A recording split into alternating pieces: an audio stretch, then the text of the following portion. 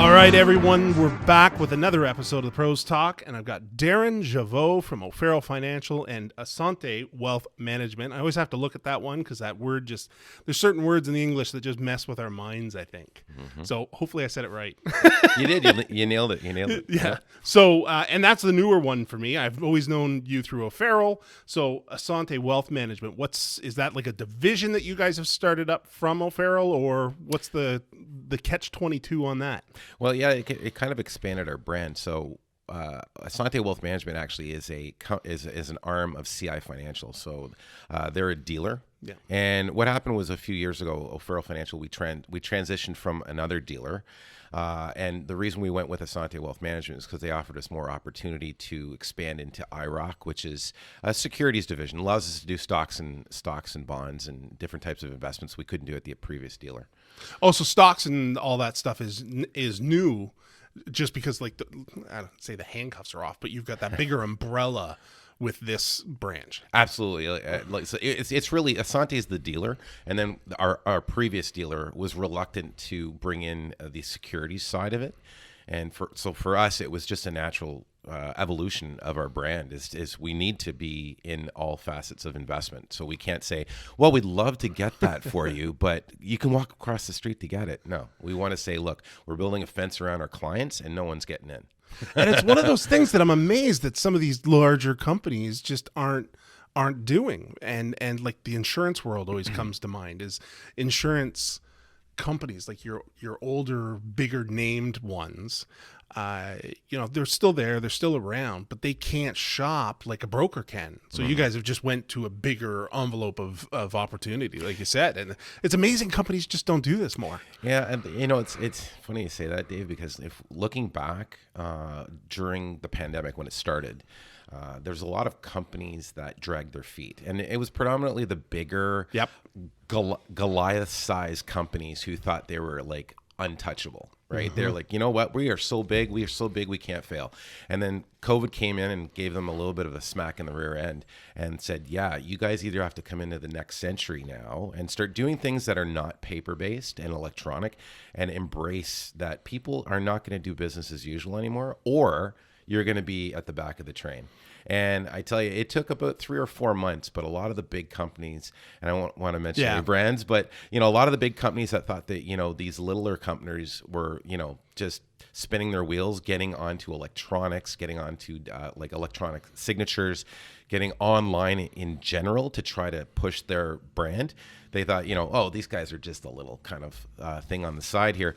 They realized those guys were ready when the pandemic hit, and they hit the ground running and started gobbling up market share. And then the larger companies realized that and said, geez, we got to get in front of this. And they did, but it was, it probably pushed them 10 years where they wanted to be faster. Like they were looking down the road 10 years from now what they were going to do.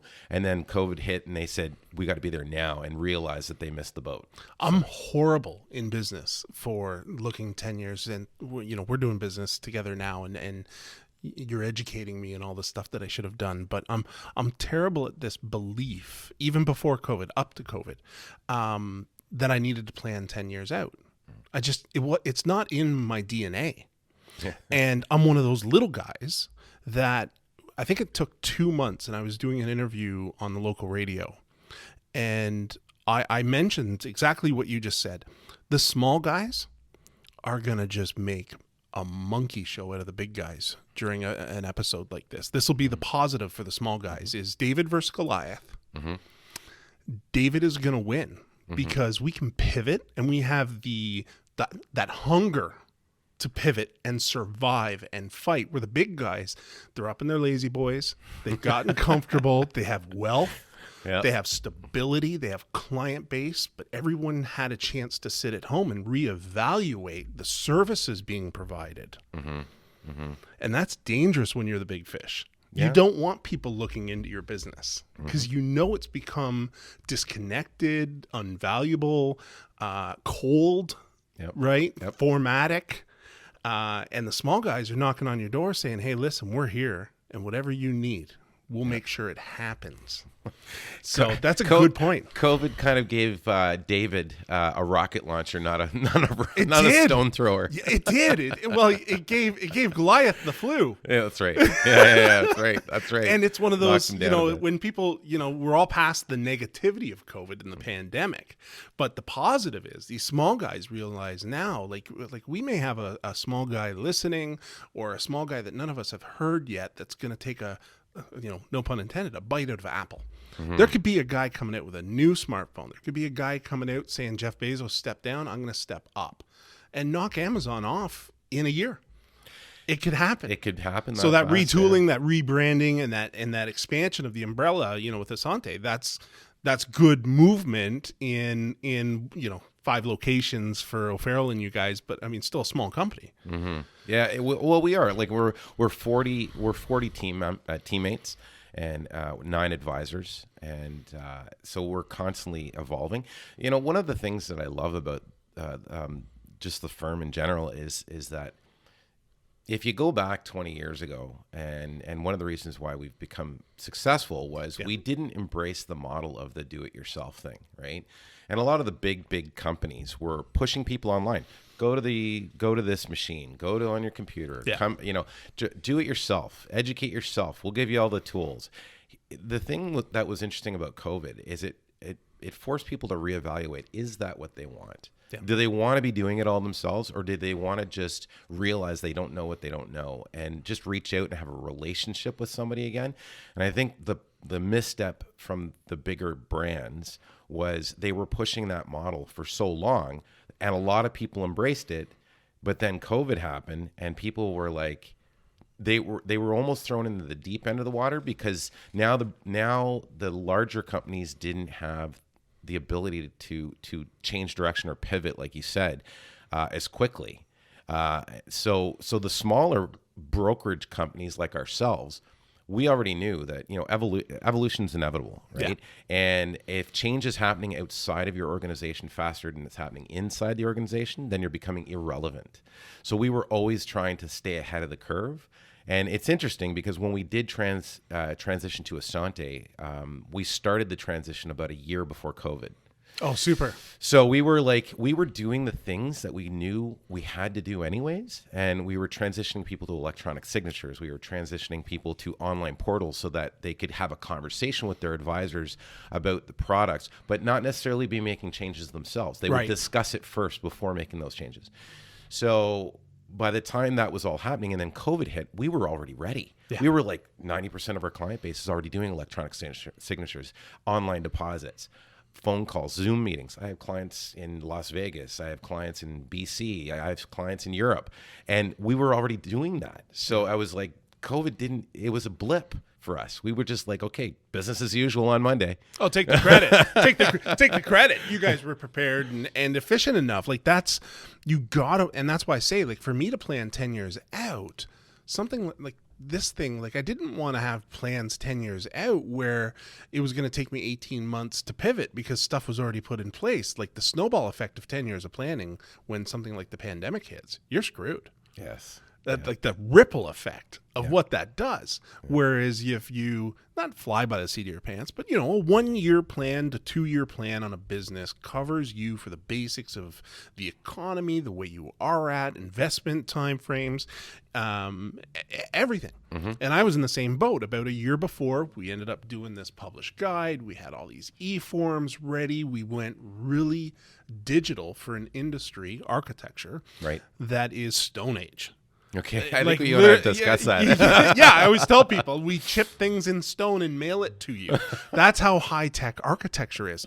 Well, I'm changing that, at least for us. The municipalities are reluctant, all that other stuff. But if you can get, your crap together and be able to present that, we've seen a huge excel in market share where people think we have 40 people, we're 5. Right. And even with you guys at 40 plus, again, I still deem that small because I know, I can talk to half the advisors. I see them regularly. It's hometown. You're all within that network of Leeds and Grenville, roughly. And it just doesn't seem like a monster company, which gives you that warm and fuzzy feeling when people sit down with you guys to chat. Yeah, and I think that's just plays to the brand, right? Our brand is hometown. We've never considered ourselves a big city company. Like, we're not trying to bust into Ottawa. We're very happy being in the outskirts, in the rural areas, just helping mom and dad and people who maybe don't think that they can get that level of advice and product, that people in Ottawa can get, and it's absolutely false. And it's one of those things that you have to look at and say, I think it's 700,000 people in Leeds and Grenville, in the rural community of Leeds and Grenville. Right. Well, why do you need to go to Ottawa? You don't. You really don't. It's a smart strategic play because there's so many people here. All 5 offices, I believe, like I say, are in that Leeds and Grenville. You might reach into like Renfrew, Renfrew, and then Cornwall as well. Cornwall's a little bit on the fringe, cusp, yeah. But it's still, like you said, that hometown. I went up to the Kemptville office for my meeting with you and Sarah, and I don't know. Well, you were getting us coffee or something. You were on lunch just before I arrived early. There had to be 4 people that came in or walked through the hall.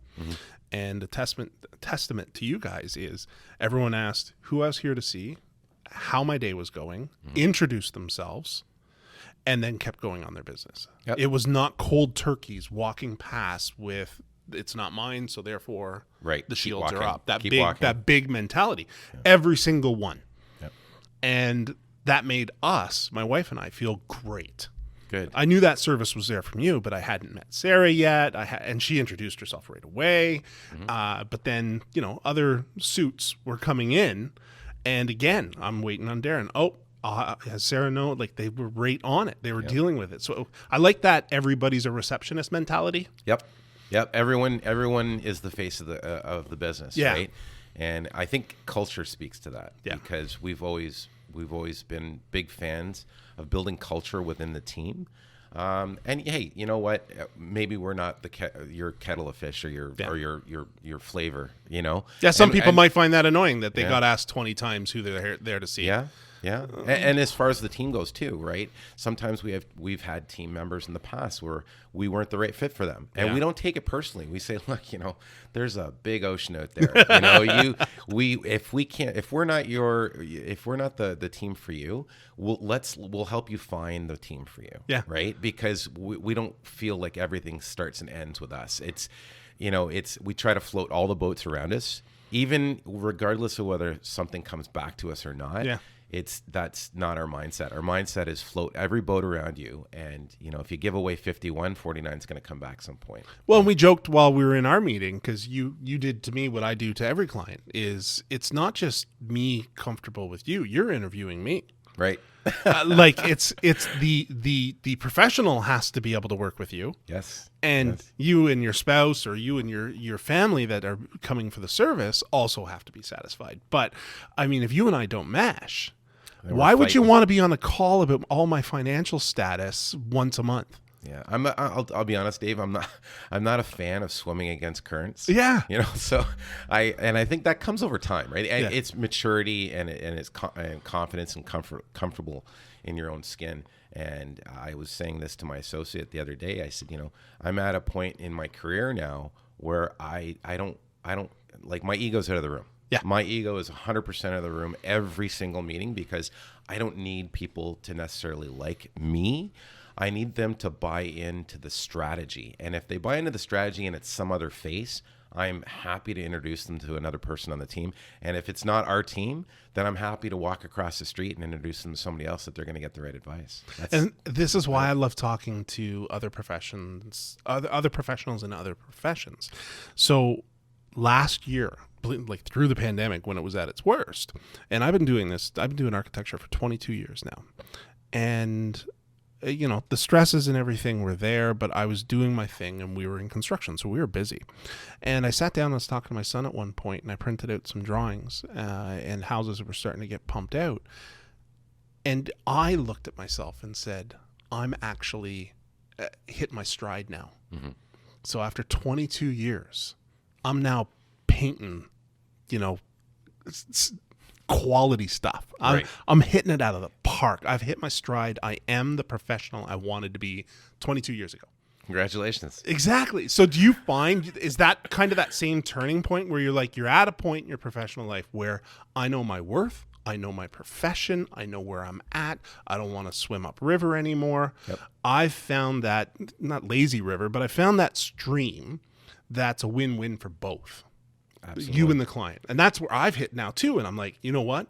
I'm knocking these out of the park. We're like, I'm in the era I'll be remembered for in my profession. Right. Whereas the other 22 years, that was all junk. Well, I don't know if I call it junk. I don't know. The stuff's pretty good now. For me, it's more like, you know, I think one of the challenges in our industry is capacity. Yeah. Right. And when you look at some of the larger companies that have, you know, a transactional model, the robotic opera system, it's just push pump, them through, pump, and pump. it's like a machine with gears, and it's just grinding people from one side to the other. And it is an efficient machine. I'm not going to deny that you know their transactional models, the bigger companies, it makes them money, and everything's on a spreadsheet, and it's down to the not pennies. the guy doing the calls. It makes the company the money. It makes the company money, and you know, and that person's probably being compensated well, you know. But for me, it's always about relationship. You know, the relationship's where the gold is. 100%. And one thing I realized in my first probably 5 years, within about 5 years, a mentor of mine said to me, "Be careful what you wish for, because you're going to get it. And if you throw a net across the ocean and try to drag every fish into your boat, you're going to sink your boat, and you're going to probably not be very successful." Exactly. So I think within about the 5 to 10 year point of my career, I started to specialize and niche myself in a way where I was like, okay, what do I want to focus on? What types of clients do I want to work with? And then I started like evolving my practice to a point where, you know, I had a relationship with people where I understood about their kids, their grandkids. I knew what made them tick and what was their hot button, you know, concerns. And then, you know, as the longer I did it, the more narrowed my vision and focus became, because it's like, these are the people that I connect with. These are my peeps, you know, and I can communicate with them. Not that I didn't want to help the others, but then it became a transition period where, you know, with O'Farrell Financial, the great thing is that many brokerage firms set a bar. Yeah. So they say, you know what, our capacity is X. We can only take on so many Ys. And if we're taking them on, we have to set a number that everyone below that number, sorry, we can't help you. Yeah. And that's very common in the brokerage model. It is. I've seen it. I've experienced it. So, and it's very true. So I think one of the things that we benefited from is we sat down as a team, as a partnership, and we said, what do we envision the company to be, right? Are we the relationship company, or are we the transaction company? And if we're the relationship company, then we have to be willing to grow the team based on the need from the clients. So if more clients are coming through the doors, we don't set a bar and say you have to be above this threshold. We would rather say, let's hire 3 or 4 more people that have the same culture as we do, and let's service the client. And that's how we've grown. That's really how we've grown. And that's key. So are you finding also with your advisors and stuff, like you're finding, like use the same analogy, you have your stream that you've found. Are you filling all the streams so that you're able to say, you know, Dave doesn't click with me, but I can send you over to John, and I think you guys will hit it off, and he's a little bit better of a fit. Yes, absolutely. Yeah. We have different advisors in different periods of their careers. You know, we've got 30 we have some 30-something-year-old advisors. We have some 40-something-year-old advisors. I'm in my 50s. I always joke with my associates saying I'm getting close to the exit ramp. Like I can see the ramp up down the road. So and that, you know what, I think that's just me mentally preparing myself to say, you know, I probably can't do this forever. As much as I enjoy what I do and I love 80% conversation or relationship, 20% business. I love that model. But I see the exit ramp, right? So I'm not afraid of it. I'd rather embrace the team around me and say, look, let me introduce you to someone who's got a nice nice runway Yeah. before their exit. And then also some of my clients have children of their own. You know, they have their own children who are in those age demographics. And it's not uncommon for people to say, well, why would you want to work with your parents' advisor? And you know what? Most people are like, they almost gasp when they hear that. And I'm like, right? I see it. I'm right away thinking because Randy Marvell.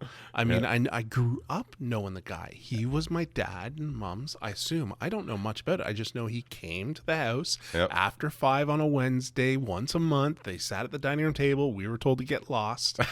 And this guy, you know, suit and briefcase and went over stuff, and then he was gone. Yeah. But I remember I was away at college. I had my first son. And he laminated the birth announcement to his business card and mailed it to me in Belleville. Wow. And time to start thinking. That's really cool. I thought it was awesome. But then I'm the same as what you just said. I'm like, yeah, but I don't have 70s money. Like, no offense to Randy, great guy, but I'm like, I would rather talk to somebody. You and I talked in my boarding interview. I'm the same. I can see the off ramp. Right. I'm ready to be a mentor, an advisor, one of those guys that's at the trade show or the business networking event that's just kind of there for the cocktails and the chatting. I'm out of the business atmosphere. If you want to talk to Joe Blow. It's the guy wearing the Hawaiian shirt in the background, right? That's pretty much running the whole thing. We'll start our own little club. We'll start crashing these networking events in our Hawaiian shirts, riding up on our motorcycles and Jeeps. But I can see that ramp. So, I mean, when you're talking about something that, I always say, when you're talking about something like wills, financial advice, divorce, whatever it can be, the more relatable the expert you're talking to, the easier the stressful topic gets, right? You know, and even Sarah, great example, seems like a great blend with you. She seems to know what you need and what she adds to the equation and complements to the equation. I even got in the car with the wife and I was like, I was impressed. No, thank you. Because some of these young associates are so hungry that, you know, it's almost, you go, like I say, you go back to the 70s and it's like, just shut up and listen. That's how you learn. But you can't say that anymore. And most of them don't believe in that mentality. But when they sit there and they are listening and they're watching a craft be done, I think that's cool. Because my wife is very passive and quiet. So you were trying to draw a lot of information out of her. I'm very alpha-centric. What? Maybe not. I don't know. I've heard it a few times. And you controlled it. And we got to the task, and I don't think we went crazy overboard in the meeting. It was pretty short. No, you were actually on point. Like I'm laser focused on that stuff, right? Because I know tangents happen, right? And especially with us, you and I, man. Like we're like 14 different tangents that going at the same time. But the cool thing is between you and I is we can adjust and throttle our conversation and get back to a topic that we thought. Other people, some people might not be able to transition between multiple topics at the same time. So, and I know that about you. So and myself. So I know that eventually we're going to get to where we're going.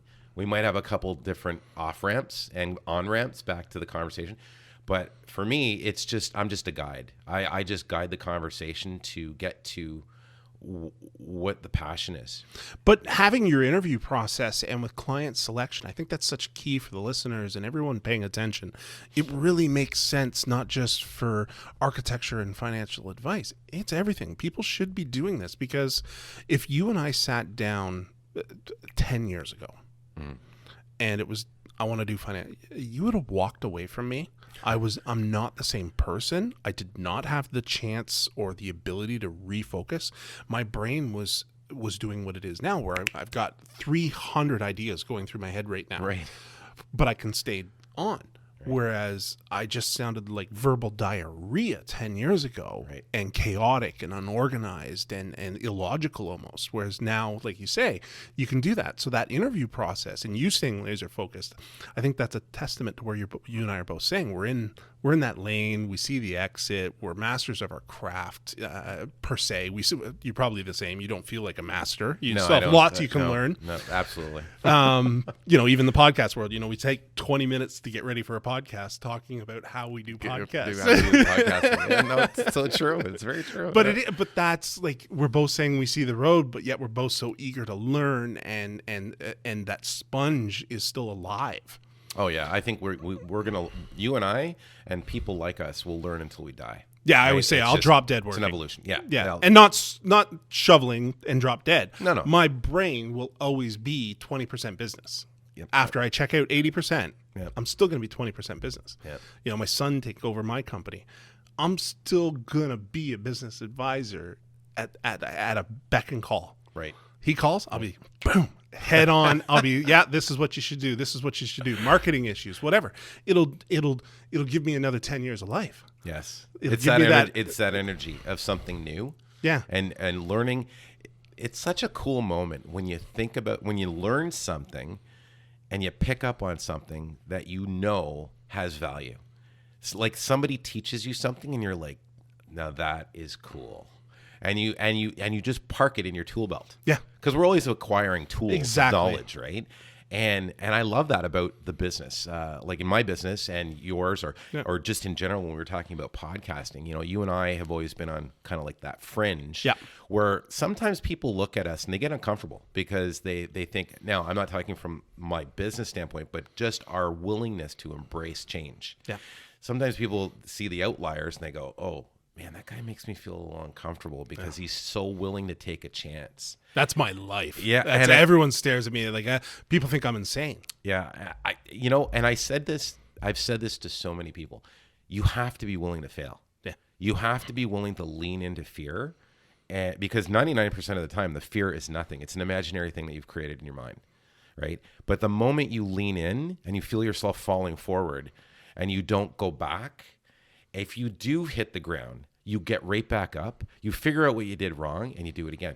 And those people are the 2% of the 98 out of the 100%. You know what I mean? Those people I know. On the outliers. You're speaking such a testament to everything I tell. And again, I've stumbled into this mentor aspect of my life that I really like. And who knew Brockvillian nobody could find a path to honesty and just speak it. So an example of what you said is I just started this, 2 months ago, the STEP initiative. So the Skill Trades educational program. Mm-hmm. So skill trades, big issue, huge issue right now. Yes, big.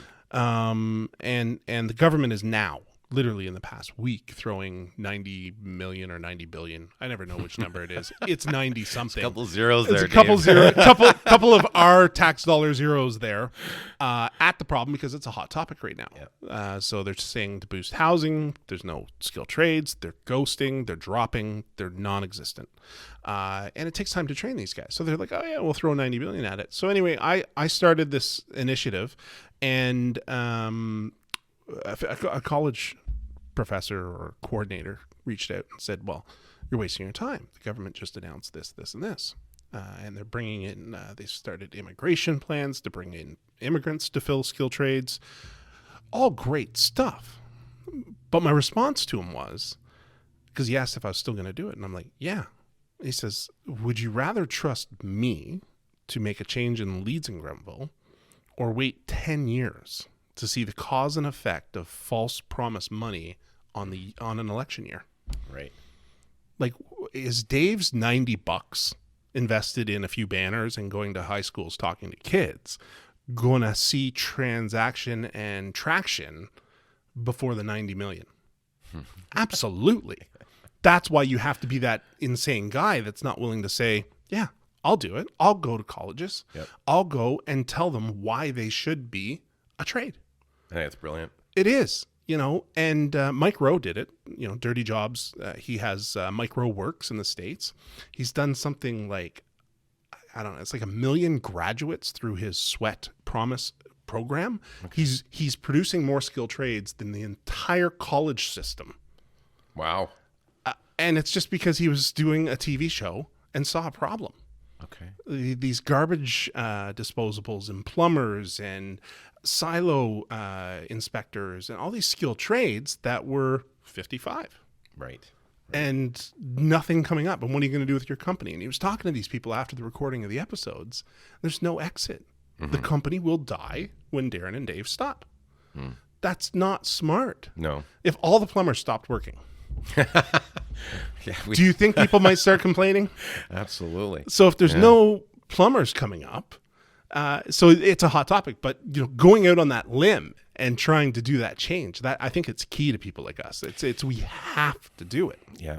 And we're not afraid to talk about it. I agree 100%. It's the same thing's happening, in my industry as well, financial planning, because there's always been a disjointed approach nationally to the oversight, compliance, regulators. There's just so many layers of, some of it's bureaucracy, some of it is created by the industry itself. And now they're starting to come around, but like as far as educating advisors and what they need to know, but we're still seeing, like you said, we're still seeing some problems with overlap, right? Yeah. So they're overlapping the same education and just rebranding and rewrapping it into something else and making people go through these different, hoops to get to the other side, right? And I think that is a challenge for the industry because it's pushing people away from the industry because they feel it's too much work. Oh my God, I have to do how many 7 exams or 8 exams just to get this, but then I have to go over here and I got to get another 5 here, and it's a career. Don't get me wrong, and I believe there should be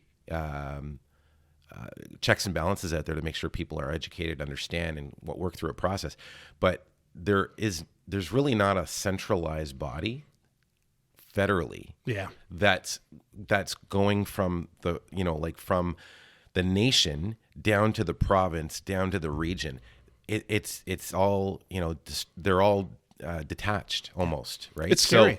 So that bureaucracies are tough, right? And those types of limits that they're putting on the industry, it's not helping get younger people to get into the business. The same instructor was kind of mind blown because he was like, well, what, I think he said it, this is what I heard, but he probably didn't say it the way, is what right do I have to be stepping into this fight? I'm like, well, I'm an architect that can't hire. And I see all these people that I release house plans for, can't find a builder, can't find windows, can't find doors, can't find plumbers, blah, blah, blah. So that's part one. Part two, for the past, I think 5-6 years, I've been talking, believe it or not, skilled trades structure is a component of the education system at grade 3 and 4. Right. So I go to public schools, talk to grade 3s and 4s about structures. So they've wet in the whistle about what an architect or a construction guy can do, and we do projects with them. And then grade 11 and 12, it returns. Too big of a gap, in my opinion. Oh, yeah. Right? Like, because 11 and 12, especially grade 12, they've made their choice of what the guidance teacher has told them to do, or the survey said you're going to be a garbage man for the rest of your life, right? But grade 11, they still have some chance to see value. And I think that's where both of our industries comes in, is they need to start teaching kids economics and debt versus trade or profession. Doesn't have to be a skilled trade. I don't care. You want to be a doctor and go to university? Hats off. Yeah. But there's a guy like me that fought to get a 72 average through high school that now owns 4 companies. Right. Yeah. And was told that I would be working for someone until I die. There's avenues that everyone needs to see, but I think it's a fine balance of finance and economics that have to be taught, like your debt versus income ratio, and where do you want to be? Do you want to live in Tahiti at 45 with nothing to do?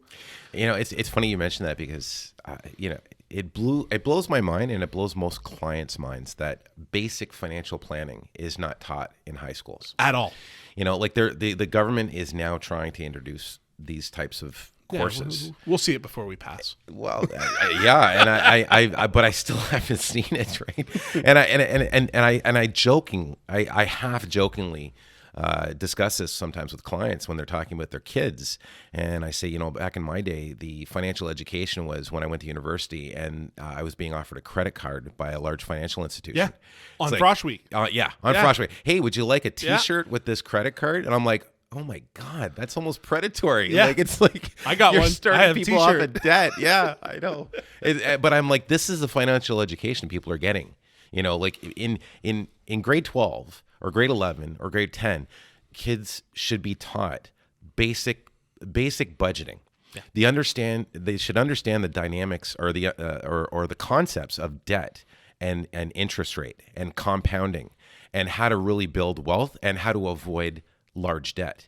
You know, like, Or what's good and bad debt. good and bad debt. One of the things I used to teach actually is I did go to schools for a period of time a while back.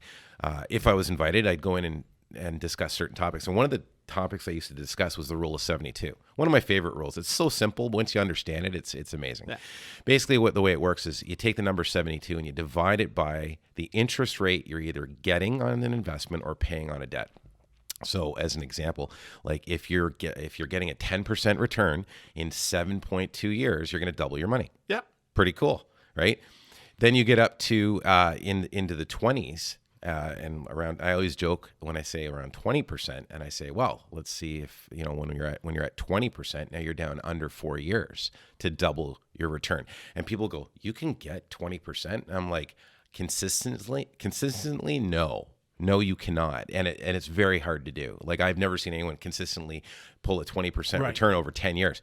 But you know who gets it? Credit card companies. You know who gets it? Up to 28. Yeah. The large companies that are selling furniture and that, where it's 24%, a retail credit card. And I'm like, those are gold to those companies. Why? Because you're basically, if you buy a couch and you're paying those rates and you just let it run, you've paid off the couch itself in 3.5, 4 years, and you still have the debt. So the company's sitting on an asset that you've already paid. You're sitting on the asset, but the company's sitting on a debt on that asset. It's going to burn out. Your TV's going to burn out in 5 years, and you're still paying for it. Yeah. So those types of fundamentals, they don't even teach that in high school. And you know, it's funny because I sit down with my kids, and I'm they would call me relentless. I would call myself We're a lot alike, pragmatic. But you know, I sit with them monthly, and I say, where are you now? Where are you now? Yeah. And they've come to me, and we sit down and I go through the basics of budget, of understanding fixed versus variable expenses, things you can control over things you cannot. I talk to them about your bank account, having a healthy bank account, but not having too much in, because now you're only doing service to the institution that you have the bank account with. You create a certain amount of liquidity in your account. The rest of it should be invested. Yes. Why? Make it work for you. Right. So these are concepts I've been working on with them, and some of it gets through because they come and they talk to me, and you know, it's nice to hear their input, because sometimes I think, oh, they got it, and they'll come back and they'll say, why would I do this as opposed to this? You may have got it already, but I think the biggest reward that, you know, here's my ounce of wisdom to someone I look up to for wisdom. They're probably getting it all. Mm-hmm. It's when they pull it out. And you're like, oh, I thought you missed that part 4 years ago. You were listening. Yeah. It's like my son wanted to get into architecture. Wow. And he didn't tell me until he's applying for college. And he went to the same college that I went to, and some of the teachers are still there. We're only, 20, 21 years apart. And the teachers were just starting when I got there, and they're just finishing when he got there. And I was talking to Chuck, one of the CAD professors, and I was like, how's he doing?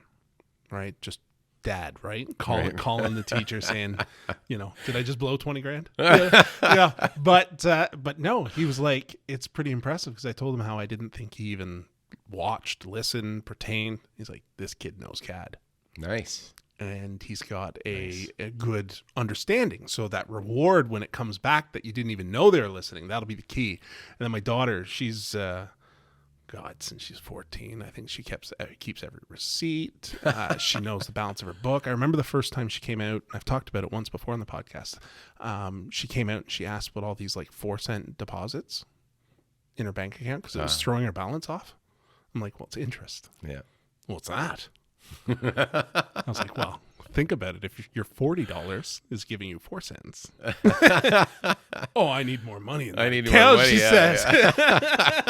Good for her. It is. for her. And even now she's looking at moving to Ottawa, and she came up to me the other night, and she's already lined up. She needs a cosigner, but she's lined up extra student loan to pay for an apartment because she doesn't want to drive in the winter because the apartment costs will outweigh the gas travel and the risk mitigation of an accident or snow tires or whatever. It's all lined up.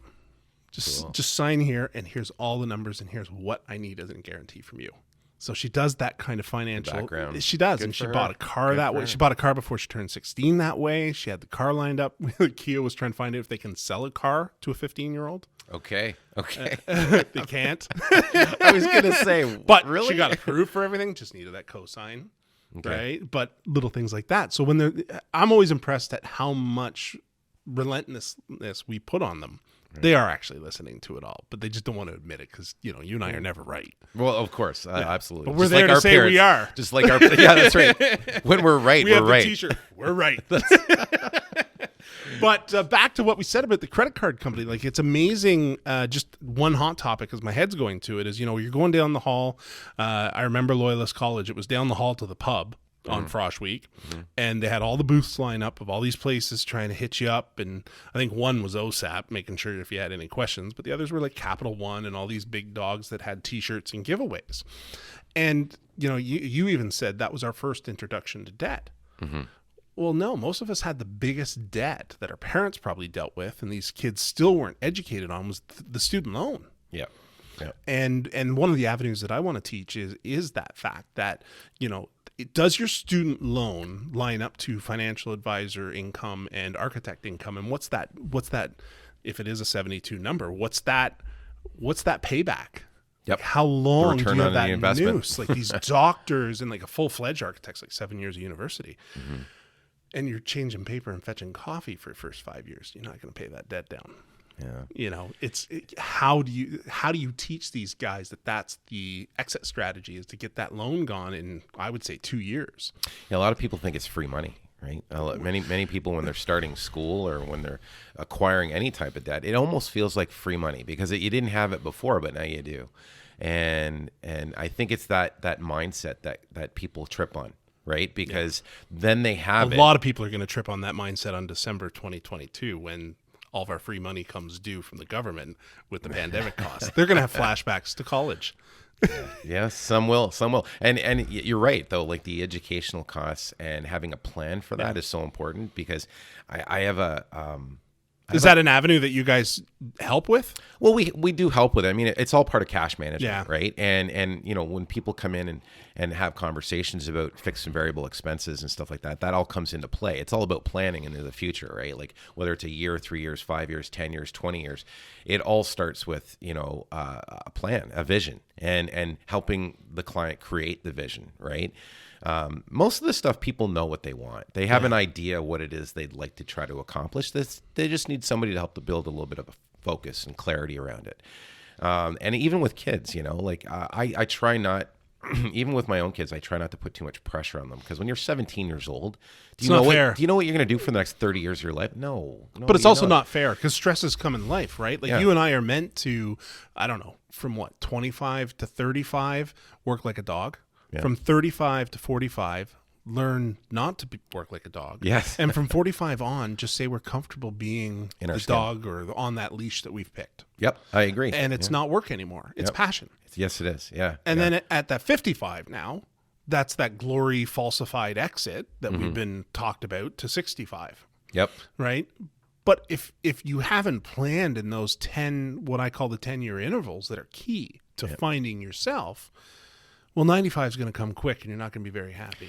Yeah. And I think that's one of the saddest parts in my career that like when I do work with clients that they're always looking forward to the next day to be over. Yeah, paycheck to paycheck type thing, or the end of the workday type thing. Yeah. I have many clients who work for large government institutions, right? And they have these they have these jobs, wonderful guaranteed jobs, pensions for life, and they're 30 years old, 40 years old, and they're counting the clock to 55.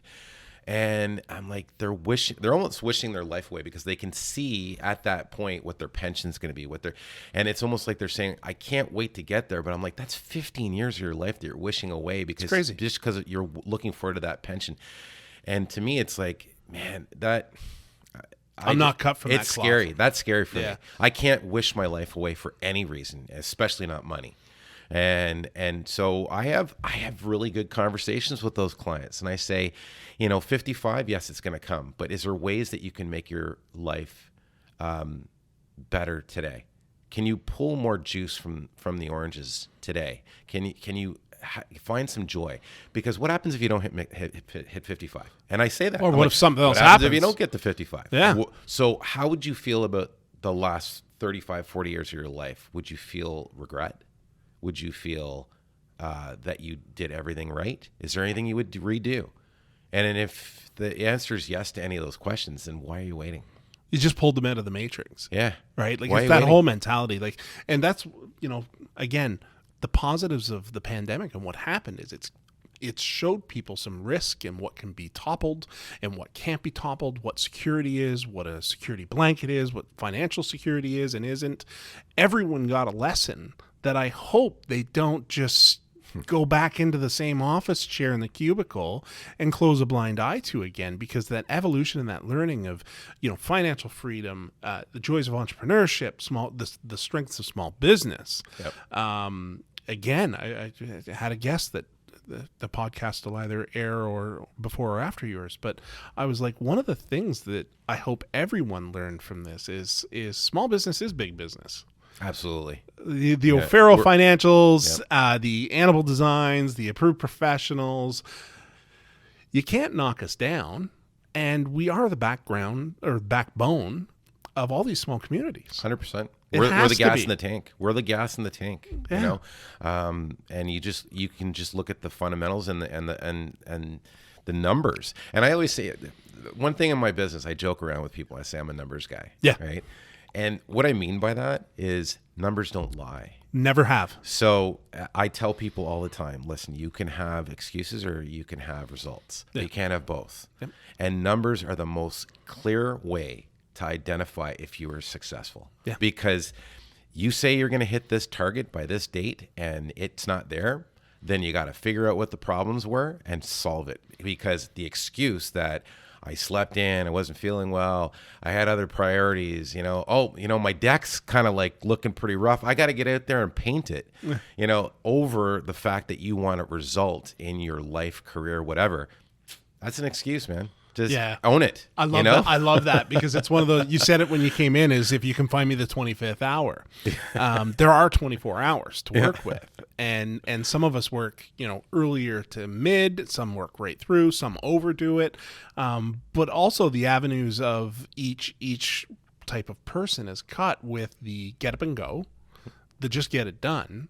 I'm a get it done logical guy. Like he said, the numbers don't lie. Mm-hmm. If X and Y equals Z, it always does. Yeah, it's pretty black and white. So if Z doesn't look good, I ain't doing it. Exactly. And even clients in architecture, they're all like, well, they want to see what the house looks like. They don't want to see the 2D plans. And they're like, well, what's the house going to look like? Well, I said, that's the easy part because trigonometry, triangles are triangles. The roof is going to intersect and that's it. But if you keep moving walls, I got to redo all that trigonometry. How much did you like trigonometry in high school? I didn't like it. I wasn't a fan. Yeah. Finite well, math. every time you move a wall, I got to do more trig. I will leave that to you, my friend. Absolutely. I'll do the time value of money calculation every day before I'll get into that. Yeah. It's one of those things that most designers and architects, we hate roofs. And that's why it's trigonometry, people. Right. It drives you bonkers. It just does. So believe it or not, man, we only got like 10 minutes left to hit our hour. Wow. Okay. So we'll do some of the topics because there's a couple good ones in here that I want to see, but I told you we wouldn't have a problem with time. Yeah, absolutely. So just in a nutshell, because this is where I started. So we've talked about everything and touched on it, but I mean, in general, it's farm and business succession. from O'Farrell and Assante, wealth management, tax planning, risk mitigation, separation planning, group benefits, and oodles more that we've kind of touched on. So I want to know, you've got two awesome stories, I'm sure. One is, why is the number 88 so important to you? Now, we heard the 72 number. I want to hear where, because that's when you were talking about it, my head's going, I know there's a question about 88. How's 88? I'm like, is it math? Is it this? So what is it? Well, actually, it's not 88 anymore. It's actually 89. 89? Yeah, okay, we're at 89 now. So 89 is the number of clients I've retired.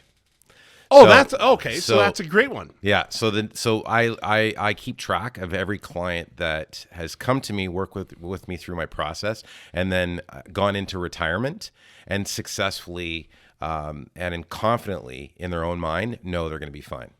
So I keep track of every client that goes into retirement and make sure that, and it's, you know what, my job is I wrap my arms around my clients because I see myself as the person that helps protect them. I protect their dreams. Well, we're relying on you too. Yeah. And I feel that's that way that's as a big we're responsibility. As we're starting the discussion, that's the way I'm feeling. I mean, I'd love to be, in the 90s, like sooner than later. I'd like to move that number to 90 or 91. Maybe I'll be 99. I don't know, but I'm soon. Yeah, you'll probably be in the late 90s, I think, Dave. But actually, you might not even be part of that. You'll probably be the one element that never actually gets added there because you'll never retire. You'll just keep doing it. Yeah, you're probably right. Natasha will be like, "Is it time yet?" And I said, I got one more idea. I'm gonna pick a number, and we're gonna work together for you to get to that number, right? So that's pretty cool. So, do you know that? Like, what's the average age? Like, I'm always curious. So again, I'm a number guy. Mm-hmm. So I like fact. Do you know the average age roughly? Yeah. Or would you guess at it? I would say the average for me is they're around 62. See, right? that's awesome. Yeah. See, I think 65 is bullshit. And beyond that, it's somebody that probably hasn't planned, and it's not a negative. Yeah. Or maybe they're like me; they just will not stop, which is fine as well. One of my guests I had the other day, he's all about retirement, and it's how to retire in 10 years, and he's hit his 10-year plan. He's got a novel and everything about a book about it, but he's like, I'm not retired. Like the ad lib, the foreword to the book says, this is not a book on telling you to retire. That's great. It's setting yourself up to be able to at any time say, I'm ready to go. I can go. Yeah. And have that, like, there's not a stressful discussion. Yeah. I would say that I have a dream to get that number closer to 60. And I would say if I could ever get my average around 59, that would be an absolute bliss for me. I'll drop the average a bit because I'm 59. targeting like 52. So you put some low numbers in there, that average That's what I'm trying to do. So I'm 6 years away. Honestly, Dave, like when you mention that and just numbers in general about the retirement thing, is I think many people are in better shape than they think. Yeah. And that's part of my role is just making it very clear. Because sometimes clients are saying, well, I'm going to go until I'm 70. I've had clients say I'm going to go until I'm 70 years old. And I'm like, if that's your hobby or your passion or something that gives you joy, then I'm not going to stop you. No. But to me, it's like, hey, we're only here for a certain period of time. So if unknown, certain a period of time, we have no idea. Yeah. When the big guy's going to call us, and I say to people, you got to extract as much joy out of life as you can, and if you can go at 59 or younger or anything like that, and then focus on the things that give you so much joy and love and passion in your life, you're going to be so much happier. Well, and not just so much happier. So the whole basis of retirement or pulling the plug is losing or devaluating those stresses. Mm-hmm. The house paid for. That's financial planning. Yeah. Yep. If the house is gone, most of us could work 50% of the hours we work. Yep. I mean, it's what, 63% or something is that benchmark of what your house versus income. It's some weird number like that. Oh, the debt service ratio? Yeah, but when you're looking at your overall cost, 63% of it is your principal interest tax of your residence. Right. Yeah. Right. And then normally it's into like vehicles and not including kids. That's probably 92 point. We'll have to do this over again, and the next time we have another podcast, we'll talk about what the 42% is, which is taxes. Yeah, and that's one that I focus on super hard. Well, and even my dad, that was his big focus was all that stuff too. Is how much of the dollar is left, and we're seeing that a lot. Talk with the inflation concept, which I think the loonie's down to 72 cents. But every dollar I pay you, how many times has it been taxed before you spend it to be taxed again? Yes. It's ridiculous. It's layers. But what I was saying was that financial freedom doesn't have to be that you're going to sit on a couch and watch soap operas. Right. It's when you're comfortable purpose. and you don't have that stress that you can have that quality of life where you're like, the house is paid for. Oh, I don't have any bill payments this month. Yeah. I think that's another topic, though, that does come up in conversation about retirement or just transitioning. I prefer to call it transitioning, right? Because that's what you're doing. You're transitioning from doing something in your life to something else. And I think that's a huge part of the conversation that I have with clients is saying, what is the reinvention of you when you retire or transition? Because if it's picking up a remote and watching TV, it's going to be a very fast and steady decline of your mental state, your physical state, because you're no longer moving. You're not moving. Right. So which is the worst thing you can do to a human. Absolutely. So some people are very, they don't need a lot of stimulation in their life and they're happy to do certain things. But I honestly think that is required of a financial advisor is to say, great, I've helped you accomplish your goal. Now what? Now what should be the conversation, not, hey, you made it. Congratulations. You asked that right away of me is, I think you asked some dates, roughly times of my life that I want to stop. Yep. But then what? Now what? Or what do you want to do at that point? Because, I could tell you I want to be, touring the world. Well, that's a whole nother strategy because we have to be able to pay for all those plane tickets. I want to sit in my lazy boy. Oh, okay. Well, just give me $1 a week and that'll pay for the microwavable meals that you're going to eat until you pass of a heart attack. But it's that whole process to figure out what is stop for each client. Yep. That's cool. That's it.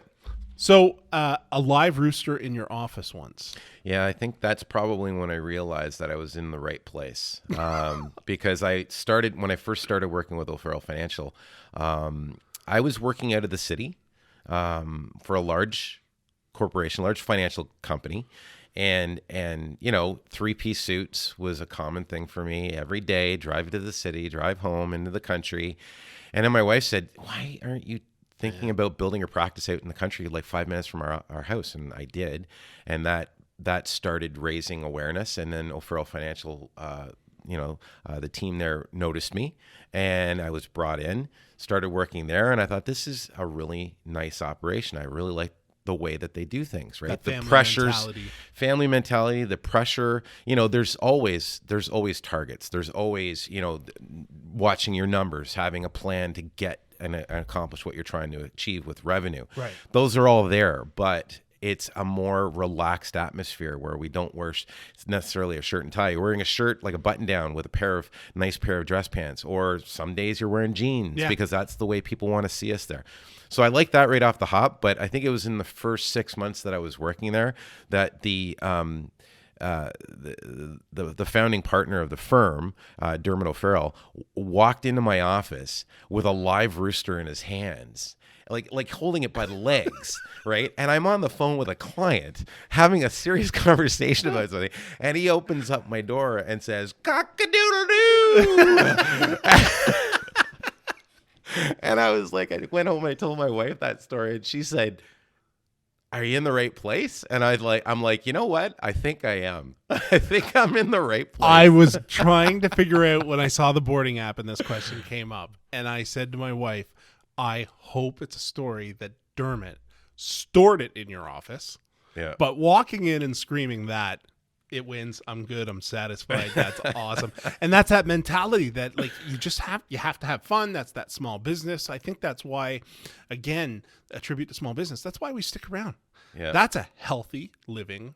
Well, it might not be a healthy working scenario. I mean, you got a rooster being shoved into people's offices, but at the end of the day, that joy and that ease right? He wouldn't be carrying it around if he had to be in a dress code monkey suit and be strict 8 to 3s or 8 to 4s and all that other stuff. Having fun is You really wouldn't see that in the Bay Street office, let me tell you. no.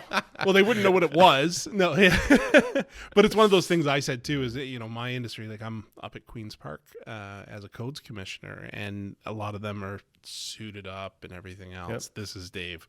I've said I will go as long as I can. I think my first suit I've ever owned, I bought 2 years ago. Okay. Ever. Yep. And I'm just like, it's not me, and I don't want to follow that carbon copied template of what it should be. I'm sitting talking about your home. You know, it's comfy, it's relatable and everything else. I got to address what it is. And I found the young shift in the kids building homes today are getting younger. Mm-hmm. My client base is getting younger. So I have to seem younger. And to seem younger, you have to feel about yourself that you're younger. Right. I don't want to feel that. You just want to be comfortable. Yep. So that's pretty cool.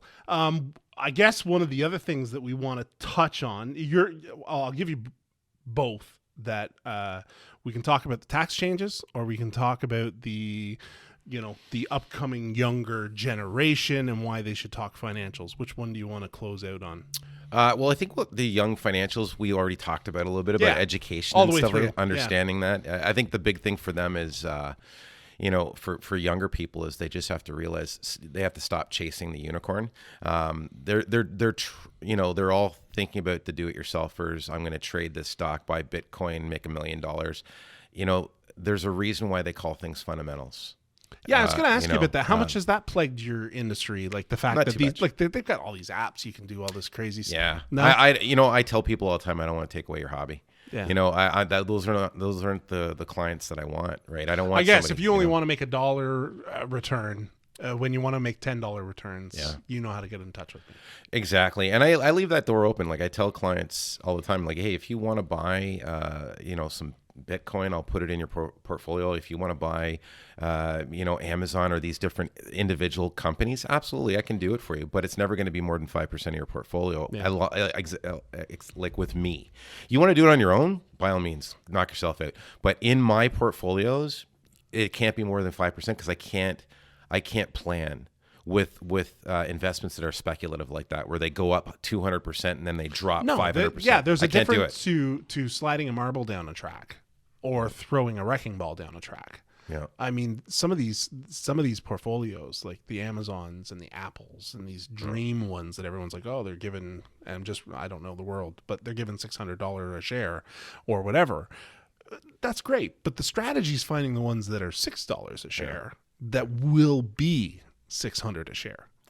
Those are the dogs you want. Yeah. And we have a wealth team actually in our office that actually monitors all that. Like they've got the big, again, numbers don't lie. They're the ones looking at these Bloomberg's numbers. are up and running, and they're tracking everything, right? So I leave it to them. They wear those hats, but the other part is that, like, we'll come back and we'll talk about taxes, because I think the government is getting predatory about it, and there's about 4 or 5 different changes that they're floating right now, where, they're already extracting 42% of every dollar that we make. And that's not a lie, that's a number. And I show it in all the presentations I do when I'm educating people about taxes, because all the different levels of government are very, they're very sneaky about cutting you very slightly. And that's the problem, is people don't add it up. I always say as a joke in some of my workshops, as I say, what would it be like if every tax you paid only came due on the 31st of December? Like your gas tax, your LCBO tax, your food tax, all the taxes, your federal, provincial, municipal, all of it comes due on one day of the year. I'm like, what do you think would happen, right? You get the bill and you made $100,000, but $42,000 is the check you're writing to the government. They would have a revolution, a revolt.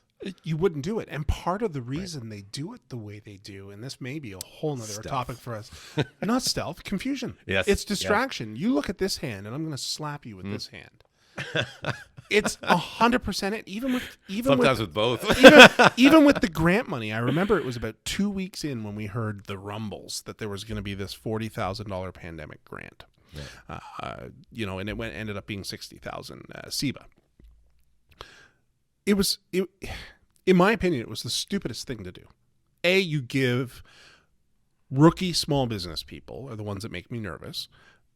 2.5 years to ignore debt with more emphasis on the reward of a free $20,000 and no interest compared to the noose that is $40,000. And to the government, not a bank, to the feds. Right. Don't pay your HST up to $40,000. See what happens. That's what's going to happen with SEBA. Like it's ridiculous, and people don't know this. But the bigger thing they should have done, and I'm sure you've heard me speak about this because I've said it umpteen times in all my interviews and everything. The only way to be fair and relatable and rational was to waive that 42% tax for 1 year to each of us as per our company. If you made $1 million and I made $100,000, I'm not going to bitch you got more. It's the only way to be relatable and rational. Yep. Just say no tax. But you know what? It would have bankrupted them. Because that 42% is such a massive number, like you alluded to, that it would cause a revolution. I just don't know how it hasn't already. Because if you got the break on it the 1 year, then the following year when you had to pay it, you'd be like, I have so little, I don't have nearly as much money as I had last year. And people would actually wake up to and realize the realization of how impactful taxes really are. Because they are the biggest detriment to building wealth. We should start a thing where we'll just follow key business people around, and every time they order takeout, we'll just walk them and take 50%. Yep. Every time they try to eat. Half a sandwich. I got to roll something back there. I just said detriment. Taxes are not bad. No. Taxes are not bad. They are what make our society If you're paying taxes, great. you're making money. Yes. And I don't think taxes themselves are bad. I think that the taxes and how they're used by different level of governments are and potentially mismanaged in certain ways and wasted.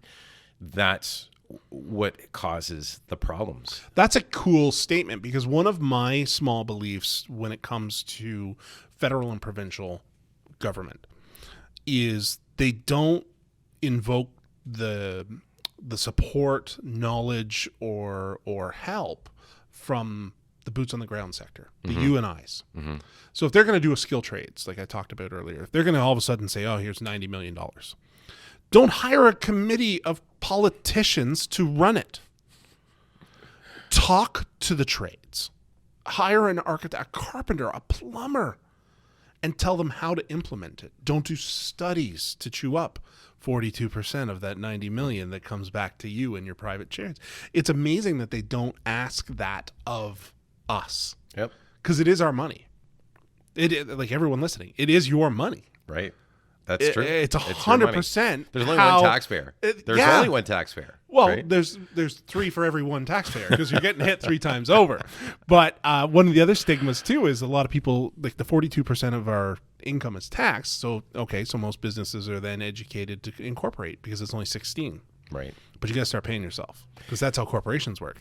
And I'm like, wait a minute. That's a different so now show. I'm 50. That's now I'm 50. show. Now I'm 58% tax. Like it actually just increased the tax. Right. And that's when I was doing my numbers. They never lie. And I was looking at one of the companies that I have that we incorporated, and it balanced out almost in what I'm paying in taxes. Okay. But it wasn't a savings. It didn't drop 30% because I'm paying myself now. I think you're just creating more topics for future podcasts right now, Dave. I think you just got... No, but it's one of those things that you have to just have and think about, right? So it's pretty cool. But I think the general consensus of the whole thing is it's amazing how numbers, like you said, they don't lie. Yeah. It is practical in the way to follow. So no, man. I mean, that's our hour show. I mean, I would love to have you back. I think it's cool. Your podcasts, I wish them great success. People need to check them out. Clearbank? No, it's Clean Break. Or Clean Break? Yeah, Clean Break. My cleanbreak.ca is the website. And the podcast itself is Clean Break. So it's about, the podcast is about transitions, right? So everything from finding a new career to possibly divorce or separation to having babies and possibly death in a family. It's about transitions and life transitions. Yeah. I think that's cool. And it's one of those things that, like, even us with the Pros Talk is your listeners 30 minutes, 5 minutes, 10 minutes, the whole hour kit and caboodle. There's sections that are going to hit.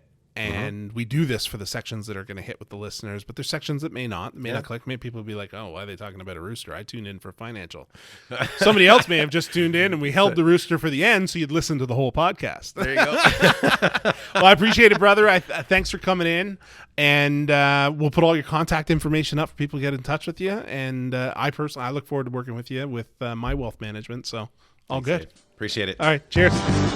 Thanks for listening to another episode of the Pros Talk, an SME podcast hosted by Dave Annable from Canada Approved Professionals, Inc. For more information, visit www.ontapproved.ca. The Pros Talk is an Ontario Approved Professionals production. Special thanks to DCE Media Productions, dcemediaproductions.ca. Thanks for listening, and be sure to subscribe on any of the available platforms.